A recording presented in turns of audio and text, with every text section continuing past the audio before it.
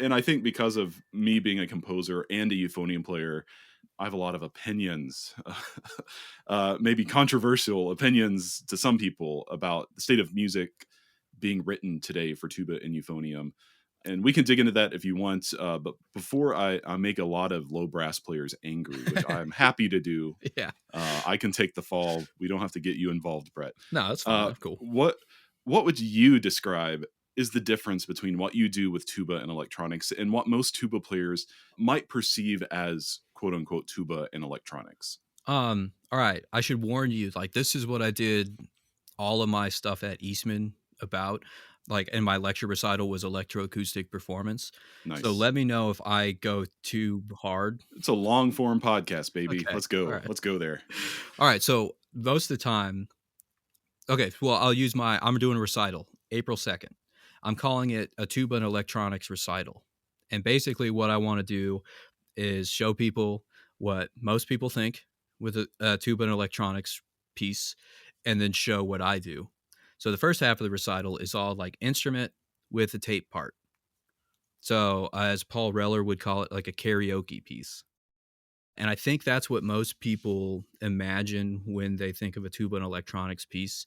It's a tuba player alone on stage with a music stand in front of them, and then either like two speakers behind them if they have got like a little portable kit, or if they've got like a house stereo PA, right? Two channels going back. Maybe they'll have a monitor, but that's like the entry level tuba and electronics, just a fixed media piece. So what I'm doing is I'm starting the recital with this piece by Patrick Cunningham. It's called Heavy Duty. I was part of a consortium for it, and this is my first time actually going to be able to play it. So that one is just I press start on my computer, a track goes, I follow the cues, and I try not to miss notes. It's like smart music, which is great. Most of the pieces that I hear in that kind of genre, they're nice pieces. They do what they want to do. The next level I call is broken tape, where it's still fixed media, like the media itself won't change, but the timing of it can change. So you give the performer a little bit more time to perform, be a There's musician. flexibility, Yeah, right? take time. I know you wrote pieces in that world. That's where that was like a big eye-opening step for me. It's like I can still control the events, but I can actually let the performer control the timing of things. So I love that level of electroacoustic performance. And then there's like the final level where you can do the first two parts. It can be a fixed media or like little broken snippets. And then you add live processing or video or whatever external thing you want to add to it. So those are like kind of the three levels.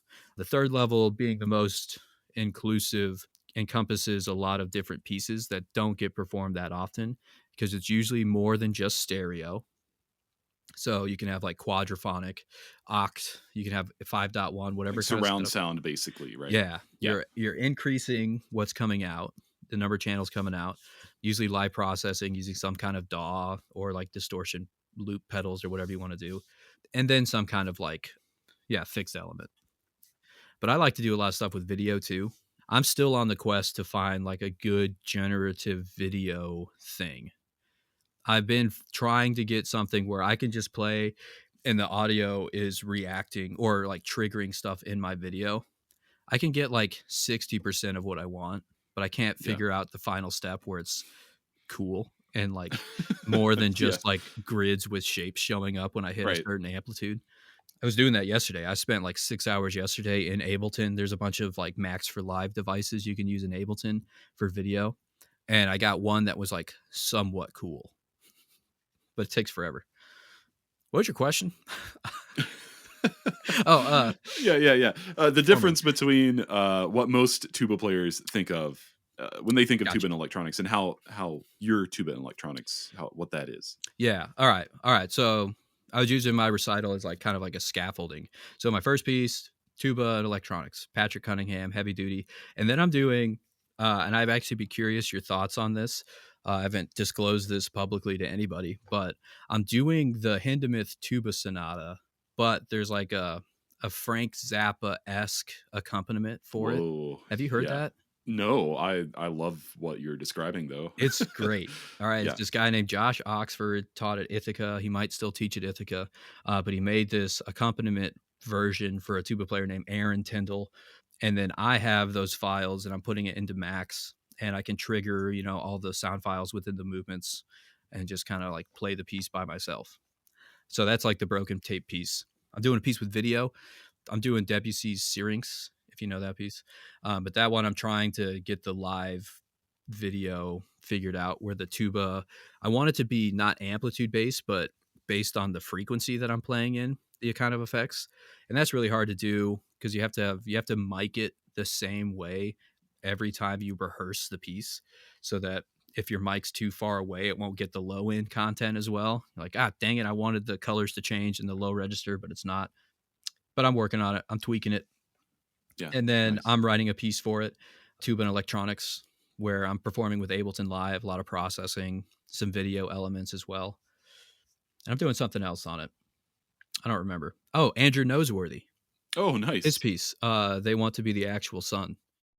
How would you say your tuba playing influences your compositions and vice versa? Because I know that as someone who was a performer for an extensive amount of my life, thinking about the performance aspects of what the player will have to deal with is a big part of how I approach what I write.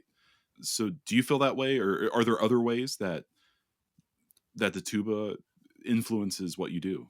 I mean, I feel like it if influenced everything I wrote up until like a couple of years ago. Most of the time I was writing tuba pieces just for other instruments, if that makes sense. And the person that got on me the most for that was Balgender. He's like, this is just like another tuba piece. I was like, dang it. All right. So I had to get away from that. So now when I'm writing music, if it's not for the tuba, I'm trying to like, I play like a little game with every piece that I'm writing. Depending on what music I'm obsessed with at that point, I'm trying to write a piece in the style of whatever my obsession is. So right now, I like Bruckner a lot. All right. So I'm writing a piece for a tuba euphonium ensemble for this workshop we're doing at the end of the month. And it really sounds like if Bruckner was commissioned to write a piece for tuba euphonium ensemble. Like that's what it sounds like. But yeah, I'm trying to, with my non tuba pieces, make it sound like a tuba player didn't write it because that's what I was doing for like 10 years. So I'm trying to get away from that a little bit.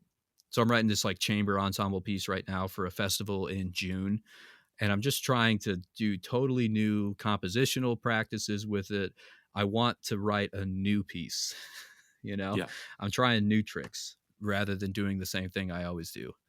Because I hate that. Like listening back to a couple pieces in a row of yours from like years ago, you're like, oh, that sounds exactly the same. Cool.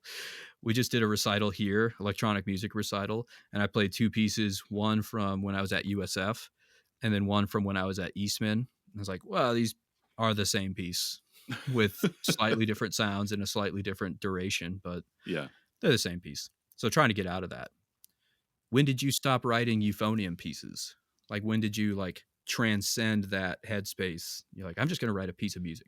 Yeah, I think it would have been grad school as well when Balgender just started really putting the euphonium down. I mean, he still does it. He has a grad student right now at Penn State who's a euphonium player. This kid Gabe. Gabe is awesome, Yeah. and Balgender gives us both a hard time. I was in the same room with Gabe and Balgender was just hating on the euphonium Yeah. at us. Yeah. so, um, Good. so yeah, I think that must have been it. But it's interesting because I do have quite an extensive catalog of low brass music, and people will you know commission me for low brass pieces, and I almost want to say no because I've become so far removed from that world. But kind of the way I approach them now is how can I pick up where I left off with the last low brass piece, but through the lens of all the work I've done since I wrote that piece. And that Yeah. always it's always interesting, and I'm still always like unhappy. I'm unhappy with the result because it's like this just sounds like like a low brass piece, Uh-huh. but I try to use it as an opportunity to one push the envelope on what I've previously done with those instruments, and two nudge what has been done in totality for those instruments. Just nudge that forward a little bit. Okay. Because I feel like, and this is where I'm going to make a lot of people maybe upset with me. I feel like the tastes of tuba players and euphonium players are quite conservative, and oddly enough, they are really great about commissioning composers. They just have bad taste. is my opinion, and that's coming from someone who loves those instruments and has played a lot of that music. And I just, what I would like to see and what I try to do when I have an opportunity to write for those instruments is just do a little bit better than what we have done so far. Yeah. And it's I don't know, that's such a tough thing, because when I was a student, it was, I think, a little easier to be like, I like new music, I like newer ideas for the instrument, because that's what I want to do. There's like two camps. You can like try to do the classical route and maybe be a little bit better than the person that played the Vaughan Williams tuba concerto, like try to recreate that, maybe add your own flair, or you can just do something totally different with the instrument. But now I'm trying to live in both worlds, both lanes, because I got students and maybe that's their thing. They want to play like the standard pieces. And with those students, it's really important for me to like sprinkle in, like, have you checked out this piece by this composer who like I know and I hit up on Instagram and I'm like, hey, can you send me whatever? This is a living person. Check that out. Maybe you'll like that. And it's just hard because, especially with other instruments, you've got this canon of like truly great pieces. And I don't want to poo-poo the truly like landmark pieces. I'm like, that is awesome that it exists, but our job is to write the next one. Yeah. Like get the next one, the next landmark piece out there. So I think some people just don't want to put their energy into finding it or like trying to really create it, because a piece is only as good as like the performance and the perception of the piece. And a lot of times I think as low brass players, we do these commissions, we play the piece and we just try not to miss notes. You know, you just try to like do the instructions on the page rather than turn it into like a piece of art. Because something happens with new music performance. I was just listening on the way here. I walked to campus because I'm like not that close. It's a little far. It's like an hour, and about halfway here every time I regret walking, but it's good for me. I was listening to Stockholm Chamber Brass. They do like a lot of contemporary stuff, but the thing with them is when they're playing newer contemporary pieces, they keep the same mindset. Like every note still has the story in it. And a lot of times with new music, I think people are just trying to play at the thing and they just want to like show like technical proficiency and forget we're trying to like do something. We're trying to make some art out of this.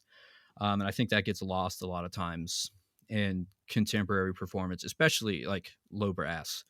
I feel like we're the guiltiest party for that. Like we're just trying to show that we can do the piece. Like, hey, we're doing new stuff on the instrument, but we forgot that this is art and we're ideally doing something with this sound that we're creating.